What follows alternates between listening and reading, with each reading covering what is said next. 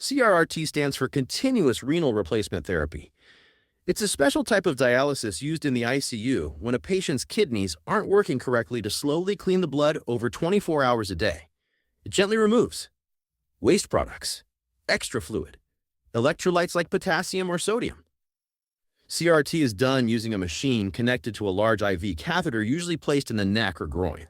CRRT machines are always running and may beep or alarm. This is normal and part of regular checks. We will closely monitor your loved one throughout their therapy. Why do we use it? CRT is slower and gentler than regular dialysis, which is safer for ICU patients who are very sick or on multiple supports like ventilators or blood pressure medications.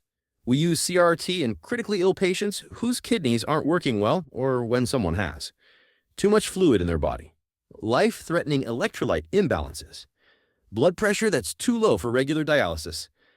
How long is it needed? CRT is usually temporary. It is used while the kidneys recover, the body stabilizes, fluid and electrolytes return to a safe balance.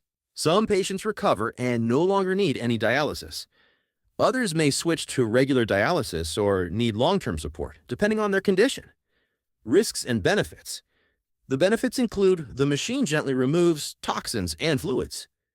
It helps support the body while the kidneys heal. It's easier on the body than regular dialysis.